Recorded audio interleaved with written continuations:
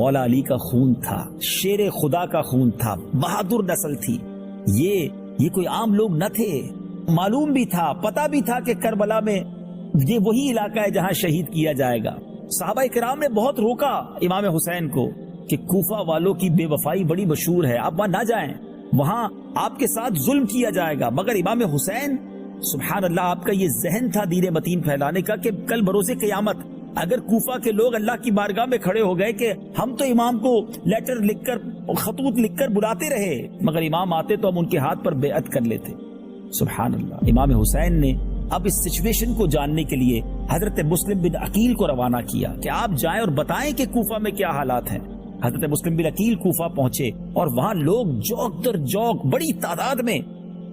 آپ کے ہاتھ پر بیعت کرنے لگے۔ آپ نے دیکھا معاملہ بڑا زبردست ہے اور ایوری بڈی از ریڈی، یہاں تو لوگ امام حسین کے نغمے گنگنا رہے ہیں اور ان کی بیعت کرنے کے لیے بےتاب ہیں۔ تو حضرت مسلم بن عقیل نے امام حسین کو خط لکھ دیا کہ حضور آپ آ جائیں۔ اب پہلے کے زمانے میں یہ فون اور فیکس اور ایس ایم ایس تو تھے نہیں کہ منٹوں میں جواب سوال جائے اور منٹوں میں جواب آ جائے، خط باقاعدہ بھیجا جاتا تھا۔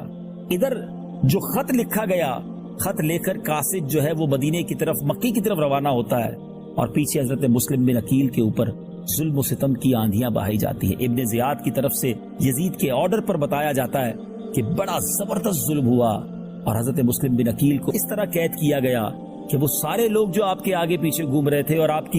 کے ہاتھ پر بیعت کر چکے تھے۔ ایک موقع پر تو ایسا بھی ہوا ناظرین کہ حضرت مسلم بن عقیل نے سینکڑوں لوگوں کی نماز شروع کی اور جب آخر میں سلام پھیرا تو پیچھے ایک بھی مقتدی نہیں تھا۔ کوفہ کی جامع مسجد میں ایک امام ہے مگر پیچھے ساری صفیں غائب ہے۔ کوفہ والوں نے ایسی بے وفائی کی کہ آپ تنہا رہ گئے، آپ کو بھی شہید کر دیا گیا، آپ کے بچوں کو بھی شہید کر دیا گیا۔ حضرت مسلم بن عقیل کی آخری وقت بھی یہی فکر تھی، اپنی فکر نہ تھی، آپ کو یہ فکر تھی کہ میں امام حسین کو خط لکھ چکا ہوں، میرے ساتھ یہ حال کر رہے ہیں تو امام عالی مقام کے ساتھ کیا کریں گے۔ مگر آپ اسی حسرت میں دنیا سے چلے گئے۔ اب ناظرین 2 ذوالحجہ، آپ ذرا سوچئے کہ ذوالحجہ کی 2 تاریخ یا 3 تاریخ یا پہلا عشرہ یہ وہ ہوتا ہے کہ پوری دنیا سے لوگ حج کرنے آتے ہیں، مگر امام حسین ان دنوں میں مکہ چھوڑ کر کوفہ کے لیے روانہ ہوتے ہیں۔ صحابہ کرام نے بہت عرض کی کہ حضور آپ نہ جائیے، آپ کوفہ والوں کے پاس نہ جائیے، وہ بے وفا ہیں اور وہاں آپ کا تلواروں سے استقبال ہوگا۔ مگر وہ کہتے ہیں نا کہ ہوتا وہی ہے جو منظور خدا ہوتا ہے۔ چونکہ یہ واقعہ ہونا تھا، امام حسین کوفہ والوں کی ہمدردی میں اپنے وطن سے نکلے، اور یاد رہے یہ لڑائی کے لیے نہیں گئے تھے، 82 لوگوں میں بچے بھی تھے، عورتیں بھی تھی، ایک گویا فیملی قافلہ تھا کہ وہاں محبت سے بلایا جا رہا ہے، وہاں جائیں گے اور انہیں نیکی کی دعوت دیں گے اور امام حسین کے ہاتھ پر کوفہ والے بیعت کر لیں گے۔ اچھا، ایک اور عجیب بات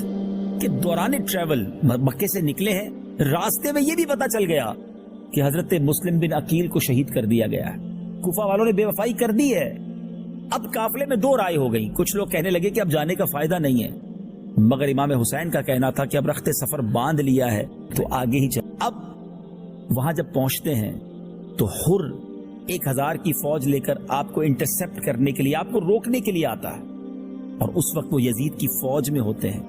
مگر امام حسین سے بھی محبت ہے، امام حسین سے عقیدت بھی ہے۔ جب وہاں نماز کا وقت ہوتا تھا تو امام حسین ہی امامت کرتے تھے اور حر اور اس کے ساتھی امام حسین کے پیچھے نماز پڑھتے تھے۔ مگر جب ابن زیاد کو یہ پتا چلا تو اب 22,000 کا لشکر بھیج دیا گیا۔ ناظرین یہ تاریخ کی کیسی لڑائی تھی کہ 82 فیملی ممبرز ہیں جن میں بچے اور عورتیں بھی ہیں جو لڑائی کے لیے نہیں آئے ہیں، اور ان کے مقابلے کے لیے 22,000 کا لشکر،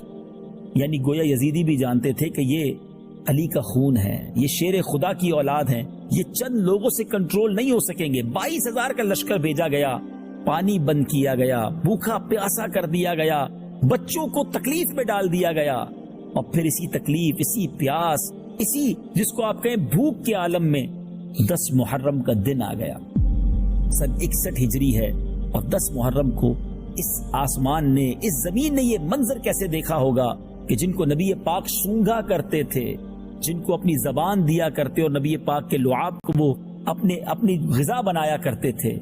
ان شہزادوں کو، ان اہل بیت اطہار کو بڑی بے دردی کے ساتھ کربلا کے میدان میں شہید کر دیا گیا۔ ایک ایک کر کے نوجوانان اہل بیت شہید ہوتے گئے، مگر سب کی زبانوں پر کلمہ طیبہ تو تھا، سب کی زبانوں پر اللہ کی رضا کے نغمے تو تھے، شکوے نہیں تھے،